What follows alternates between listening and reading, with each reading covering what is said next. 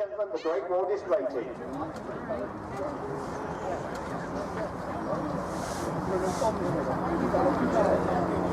Our king and country need you. Well, the two aeroplanes coming in at the front of the display, two SE-5As, the Royal Aircraft Factory aircraft of 1917, and then lower down and about to turn left and right in front of us, the BE-2C observation biplane and the Sopwith triplane.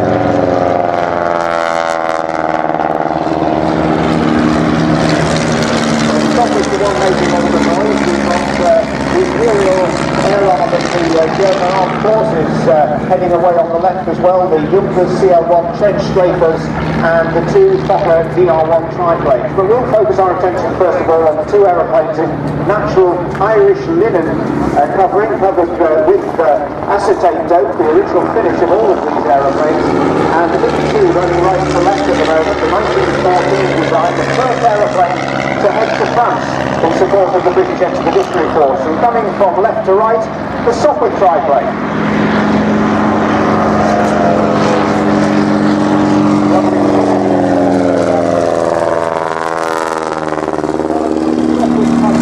In 1917 to have thinner wings to try and give better visibility in the dogfight situation. But when the aeroplanes first went to war, it was observation and being the eyes of the army that was the prime job. And the BE-2, typical of the types that went to France, this aeroplane you'll notice carries the tail code of 471. Aeroplane landed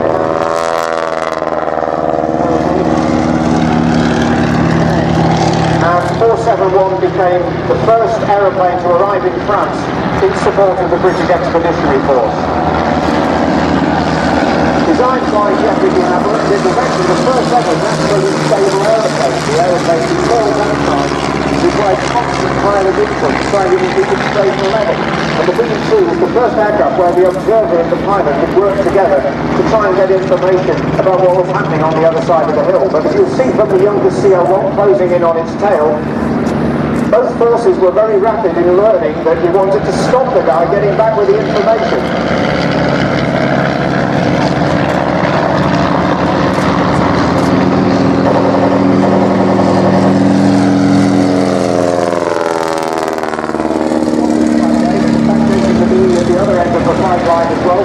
CL-1.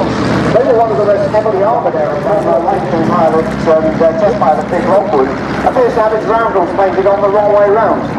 And that is because it actually represents an aircraft of the US Army Air Services and was one of the first units of the USAS which actually came over to France in mid-1918. And the SE-5 was such a popular aircraft of the US Army Air Service. Over 150 of them were actually bought by the US.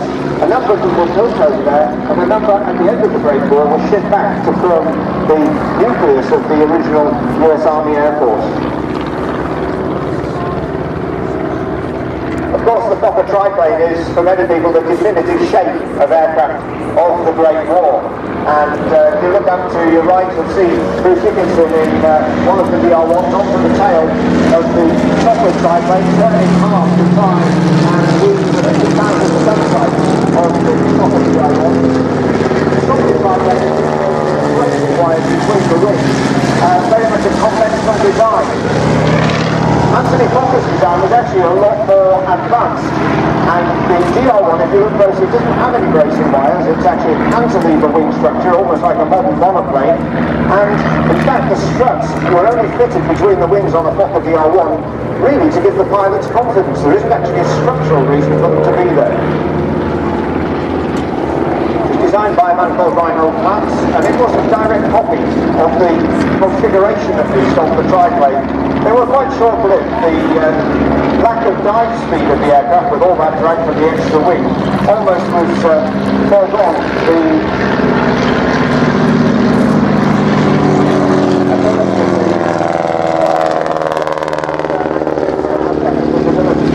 Than some of the other contemporary aeroplanes. Still surfing at the top, demonstrates the challenge for an observer and a two-seater pilot. It should be remembered that more than half of the Royal Flying Corps was made up of aircraft over the BE-2.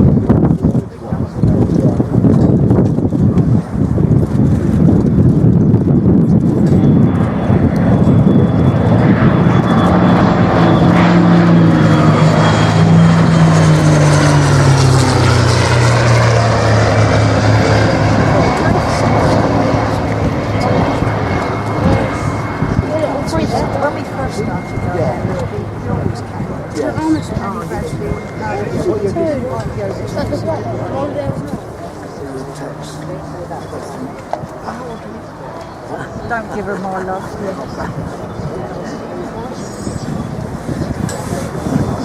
You can see respect.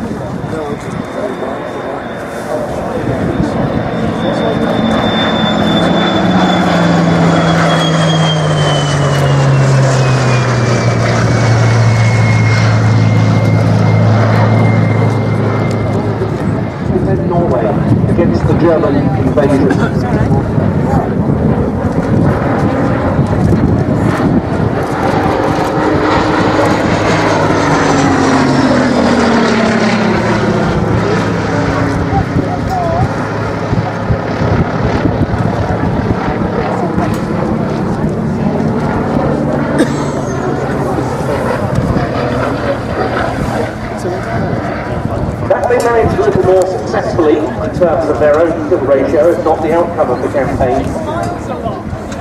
26 Luftwaffe aircraft were shot down by those gladiators in the course of those operations.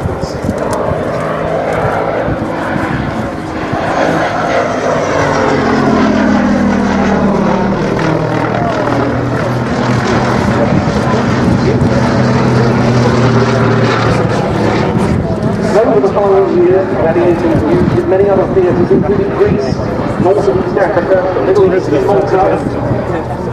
In Malta, of course, with a strong force of sea.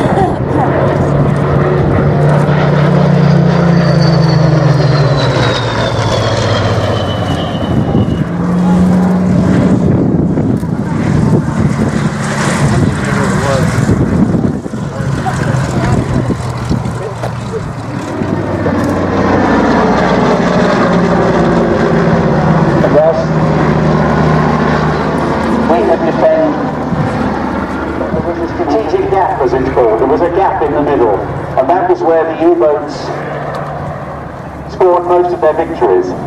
Or an aircraft like the Catalina, with its range and endurance, could of course patrol these areas of the Atlantic which previously were prey to the U-boats.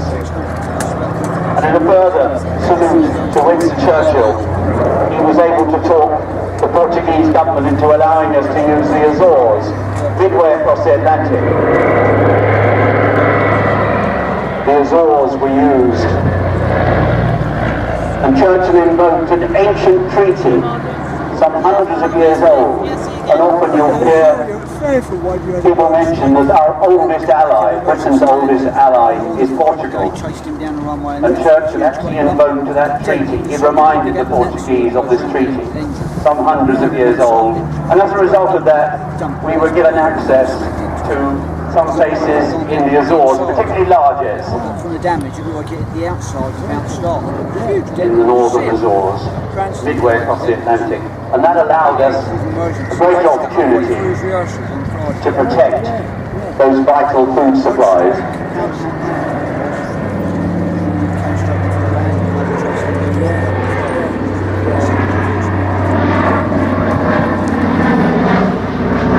Very gentle aeroplane, it can fly at extraordinarily low speeds.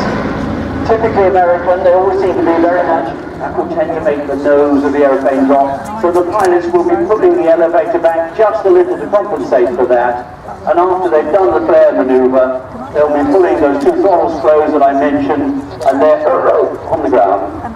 Gently lowering the nose, no hurry to lower the nose, and then braking. A beautiful demonstration of some very gentle, graceful flying by the Catalina. This pickup it's known as. This pickup, of course, referring to the fact that you can land at sea and pick up downed airmen from diggies, put them on board, close up and take off again. And such were the rough conditions sometimes, there was the lack of a suitable fighter to accompany it all the way to its target deep in Germany. But with the advent of the 47 Thunderbolt on Mustang, all that changed. The B-17 became a far more effective weapon of war.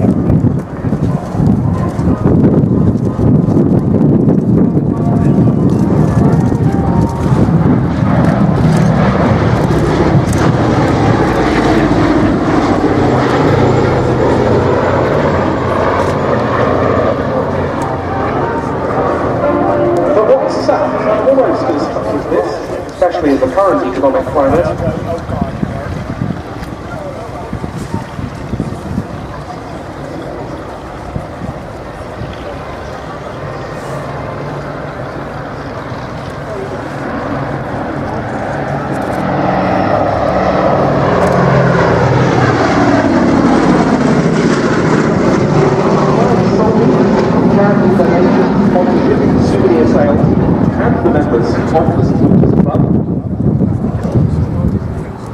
All of that ensures that the aircraft has kept flying for almost 39 years as an airborne memorial. In World War II, we think of the nearly 56,000 Allied airmen who lost their lives flying bombers for the Royal Air Force. Sound of these Merlins, there are 6 Merlins there, both Spitfires, one is a Mark 9, one a Mark 16. Both the Spitfires are powered by Merlins and the Lancaster 2, so we'll be hearing the marvellous sound of 6 Merlins. May I remind you, when we see the Lancaster, remember the 617 Squadron, remember the Dambusters, remember, look at the aeroplane, look at the size of the bomb bay, and then compare it with the B-17 when we see it later.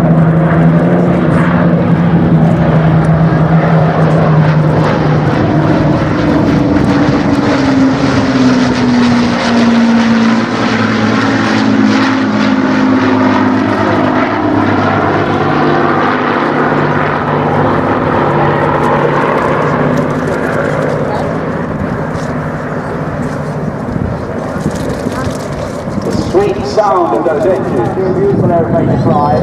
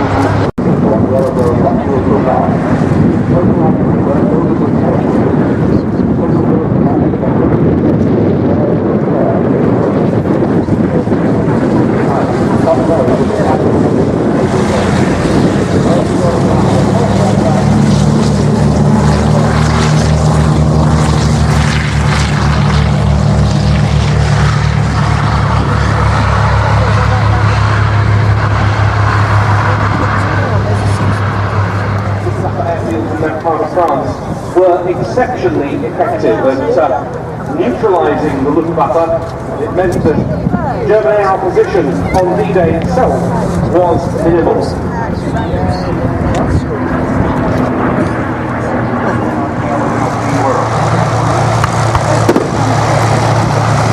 the attack begins from the right, firing.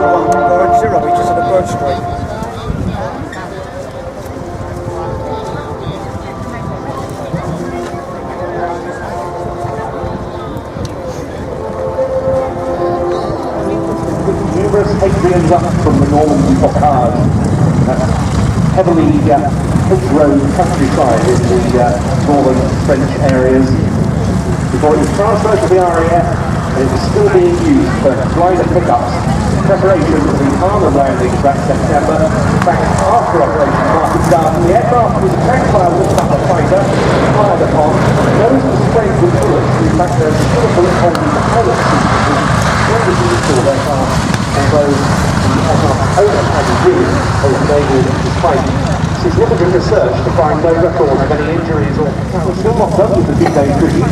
Two more very significant aircraft still to display, but it's worthwhile now perhaps giving good credit to the pilots who made this flight so far.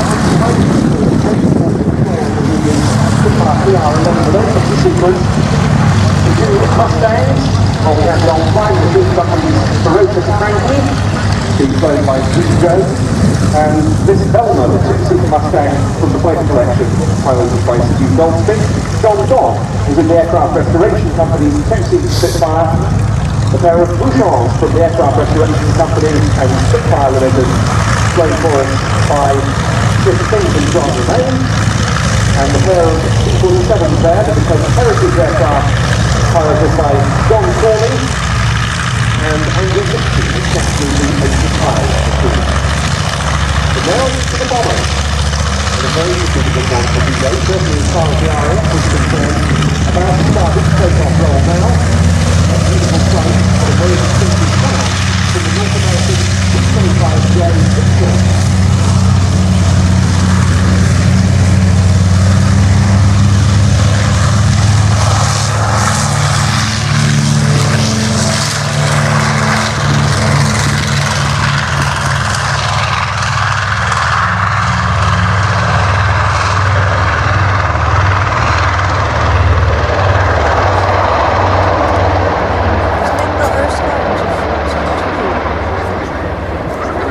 Magnificent roar and rumble of two Lite 600 twin cyclone 40-cylinder air-cooled radials, so some 70 feet, quite a strong mainland attack.